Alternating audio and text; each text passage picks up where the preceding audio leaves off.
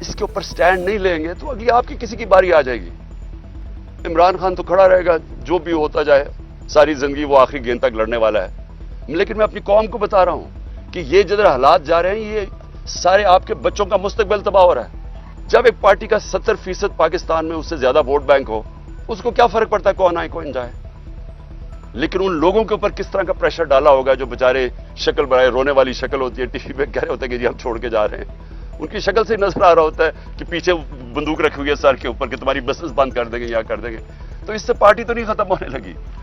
حکومت یہ کہہ رہی ہے کہ آپ ان سے این آر او ڈیمانڈ کر رہے ہیں, وہ کہہ رہے ہیں کہ ہم این آر او نہیں دیں گے, آپ کو ایک جہاز دے دیں گے ملک سے باہر جانے کے لیے. دوسرے یہ بھی بتائیے کہ آج کہا جا رہا تھا آپ کو کوئی 2200 کے قریب جشن گردوں کی لسٹ دی گئی ہے, ذرا آپ شیئر کر دیں. مجھے صرف 8 لوگوں کے نام بتائے گئے ہیں, کوئی 2200 لوگوں کا میرے پاس لسٹ نہیں آئی. اور میں نے ان کو یہ ضرور کہا ہے کہ کیونکہ کبھی بھی ہم نے اپنے احتجاج کے اندر کسی قسم کا انتشار کا اپنے لوگوں کی اجازت نہیں دی. تو جن لوگوں نے بھی جو بھی اس میں ملوث تھے, کور کمانڈر ہاؤس میں جو بھی ملوث تھا, جو بھی پی ٹی آئی کا ہمیں بتایا, ہم ان کو کہیں گے خود ان کو پکڑو, ان کو سزائیں دو. اور این آر او دیکھیں, این آر او وہ لیتا ہے جس نے چوری کی ہو. میرا جتنا بھی جو بھی میرے پاس ہے نا, سارا کچھ پاکستان میں میرے نام پہ ہے اور سب کچھ پاکستان میں. تو این آر او تو وہ لیتے ہیں جن کو اپنی چوری بچانی ہے اور چوری کا پیسہ ان کا باہر پڑا ہوتا ہے. اس لیے ان کو جب وہ کہتے ہیں نا کہ اچھا جی آپ کو این آر او ملے گا, تو پہلی چیز کرتے ہیں باہر بھاگ جاتے ہیں. یہ سارے زرداری, نواز شریف, مریم, جو بھی ہیں, اسحاق ڈار, یہ باہر کیوں بھاگ جاتے ہیں؟ کیونکہ باہر پیسہ پڑا ہوتا ہے. میں نے باہر کدھر جانا ہے, میرا تو سب کچھ پاکستان میں ہے.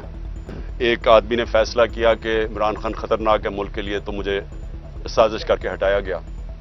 اور تب سے کوشش ہو رہی ہے کہ تحریک انصاف کو کرش کرنے کی. انشاءاللہ جب بھی الیکشن ہوں گے, ہمیں الیکشن کیمپین کرنے کی ضرورت نہیں ہے. ہمارے ممبر صرف پولنگ ڈے سنبھال لیں, وہ الیکشن جیت جائیں گے.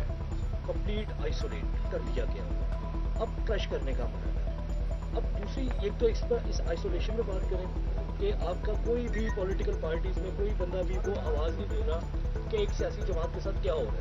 دوسری اس وقت جو ملک میں اسپیشل لاز اور اسپیشل کورٹس کے تھرو آپ کے لوگوں کو ٹرائل کیا جانے لگا ہے, اس کے اوپر بات کیجیے کہ یہ اسپیشل کورٹس کا بننا اسے کس طرح دیکھتے ہیں؟ پہلے تو ملٹری کورٹس ہو ہی نہیں سکتے. 2019 کے اندر ہی ختم ہو گئے تھے, یہ لیپس کر گئے, یہ بن ہی نہیں سکتے. دوسری چیز کہ کون سی ملٹری انسٹالیشن کے اوپر کوئی بھی حملہ ہوا ہے وہ مجھے تو پتہ نہیں ہے. مجھے تو یہ کور کمانڈر کے گھر کا پتہ ہے, اور 2-3 چیزیں ہوئی ہیں. اس کے اوپر تو پوری طرح انویسٹیگیشن ہونی چاہیے, ان کو سزائیں ملنی چاہیے. جو آپ نے بات کی آئسولیشن کی, دیکھیں آئسولیشن تب ہوتی ہے جب ایک پولیٹیکل پارٹی کے ساتھ یا اس کے لیڈر کے ساتھ پبلک نہیں ہوتی. آئسولیشن آج کل پی ڈی ایم کی پارٹیز کو ہے. پاور ساری ہے, اسٹیبلشمنٹ ساتھ ہے, پبلک میں ذرا نکل کے تو دکھائیں کیوں بھاگ رہے ہیں الیکشن سے. سپریم کورٹ نے ڈیٹ دی 14 مئی کو, نہیں ہوا الیکشن. یہ کیئر ٹیکر گورنمنٹ کی حیثیت کیا رہ گئی ہے؟ ان کے سارے کمانڈز انلیگل ہیں. اگر ان کا خیال ہے کہ تحریک انصاف اکتوبر میں کرش نہیں ہوئی اور عمران خان کی جیتنے کی چانس ہے, یہ اکتوبر میں بھی الیکشن کروائیں گے. ہم نے دیکھا کہ گورنمنٹ کا جو پلان تھا وہ اس وقت تک کامیاب ہو چکا ہے کہ ان کا پلان تھا کہ ہم الیکشن نہیں کروائیں گے. اور اس میں صرف یہ بتائیے گا کہ اب کیا آپ کو لگتا ہے آپ کا کہ 2023 میں الیکشن ہو جائے گا؟ دوسرا ایک پوائنٹ جو اس وقت کرائسس چل رہا ہے پی ٹی آئی کے ساتھ, تو کیوں نہیں کوشش کرتے کہ آپ بڑا بن کر کے آپ آرمی چیف سے رابطہ کریں اور ان کے ساتھ معاملہ دیں گے؟ کسی نے اس فوج کی بیرون ملک میں, انگلینڈ میں, امریکہ میں, مغرب میں اپنی فوج کی اتنی دفاع نہیں کی جو میں نے کی. میرے CNN پہ انٹرویوز پڑھ لیں, BBC میں پڑھ لیں.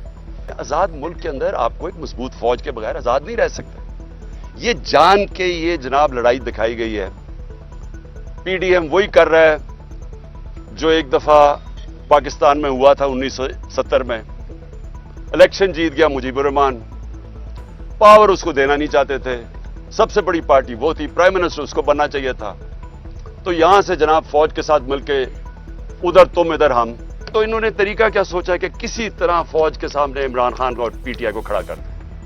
اور انہوں نے یہ جو ہوا ہے, اس موقع کا فائدہ اٹھاتے ہوئے انہوں نے پوری تیل کی آگ چھڑکی ہے اس کے اوپر, تیل پھینکا آگ کے اوپر.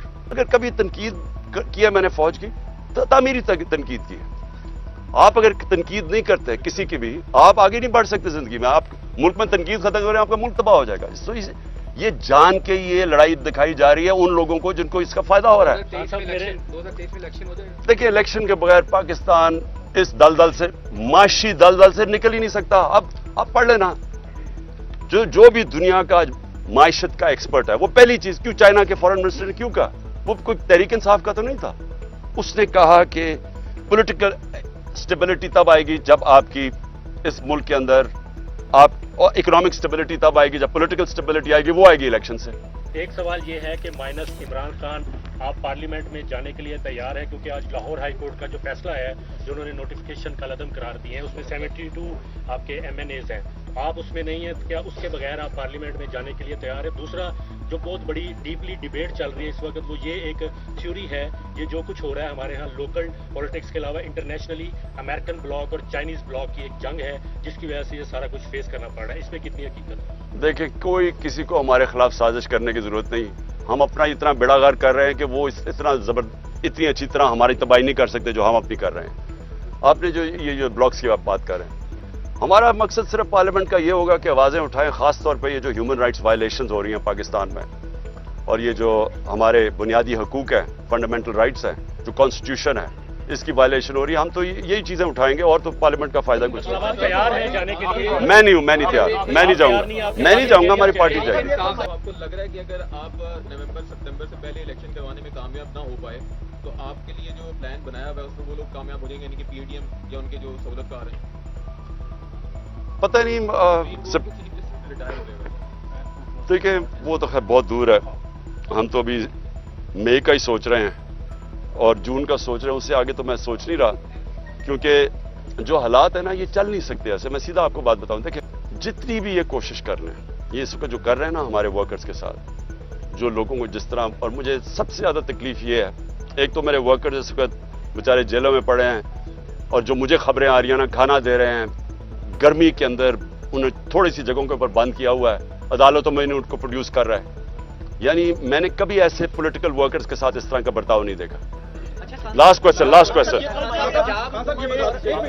پنجاب حکومت نے اور پنجاب حکومت اور الیکشن کمیشن نے کچھ شواہد پی ٹی آئی کے خلاف اکٹھے کیے ہیں جس میں شر پسندی کے اور وفاقی حکومت کو بھیجتے ہیں پی ٹی آئی کو کالعدم کیا جائے. اگر پی ٹی آئی کو کالعدم کی طرف وفاقی کبینہ جاتی ہے تو اس پر کیا لاحق عمل ہوگا؟ آپ پوچھ لو لاسٹ کوشچن. بات یہ آ رہی ہے کہ پس پردہ آپ کے ساتھ کوئی ڈائیلاگ چل رہے ہیں تاکہ معاملات سیٹل کر کے جو بھی 9 مئی کو وہ آپ نے مذمت بھی کر دی بے شک لیٹ تھی لیکن آپ بھی چاہتے ہیں کہ جنہوں نے لیٹ میں نے بالکل نہیں کی. میں نے پہلے دن سے کہا کہ میری کبھی پارٹی کر ہی نہیں سکتی یہ چیز ہے. میں نے پہلے دن سے کہا میں نے عدالت کے اندر سپریم کورٹ کے اندر مذمت کی ہے جان کے پروپیگنڈا کیا جا رہی جی مذمت. جب میں نکلا ایک منٹ ٹھہر جاؤ جب میں 4 دن کے بعد سیدھا سپریم کورٹ میں گیا مجھے تو ادھر جا کے پتا چلا کیا ہوا ہے.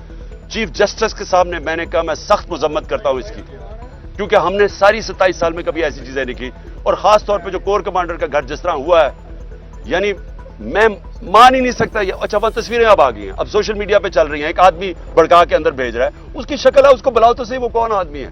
پی ٹی آئی کا تو نہیں تھا وہ لوگوں کو اندر دھکیل رہا تھا. کون وہ آدمی تھا؟ اور ڈاکٹر یاسمین کہہ رہی ہے میری بہنیں کہہ رہی ہیں کہ اندر نہ گھسو اور وہ آدمی اندر بھڑکا کے اندر لے کے جا رہا ہے اس کو پکڑ لو. اور مجھے شک ہے کہ وہ نہیں پکڑا جائے گا کیونکہ یہ سازش کا حصہ تھا. کوئی ڈائلاگ نہیں چل رہا کیونکہ جو لوگ چاہتے ہیں کہ یہ سازش کامیاب ہو یعنی تحریک انصاف کو بین کیا جائے وہ سارے یہ چاہتے ہیں کہ کوئی ڈائلاگ نہ ہو. اس لیے میں ہمیشہ کہتا ہوں کہ پولیٹیکل آدمی ہوں ڈائلاگ کے لیے تیار ہوں لیکن کوئی ڈائلاگ اس لیے نہیں ہو رہا کیونکہ وہ ڈائلاگ کرنا نہیں چاہتے وہ تو پارٹی کو کالعدم قرار دینا چاہتے ہیں. Thank you G.